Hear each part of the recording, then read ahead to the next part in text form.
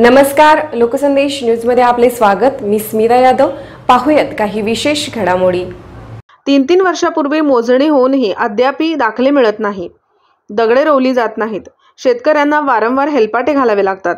नाहक त्रास सहन करावा लागतो। शेकडो शेतकऱ्यांच्या तक्रारी होत्या।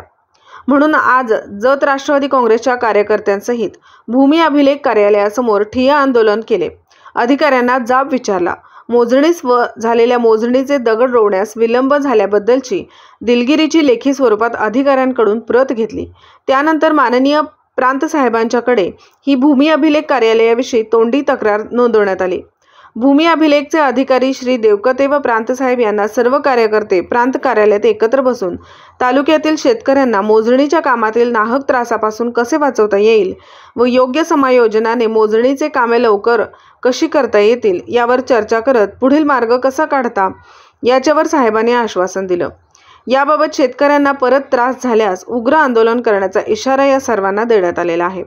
यावेळी जत तालुकाध्यक्ष श्री सुनील पवार, जिल्हा उपाध्यक्ष श्री अरविंद गडदे, जत शहराध्यक्ष श्री सद्दाम अत्तार, उपाध्यक्ष श्री सुशील कांबळे, विद्यार्थी तालुकाध्यक्ष श्री सार्थक कोळे, युवक शहराध्यक्ष श्री विशाल पाचंगे, उपाध्यक्ष श्री सागर चौगुले, अशोक गायकवाड, राजू कोडग, प्रकाश इंगवले, युवराज काशीद हे राष्ट्रवादी काँग्रेसचे कार्यकर्ते मोठ्या संख्येने उपस्थित होते।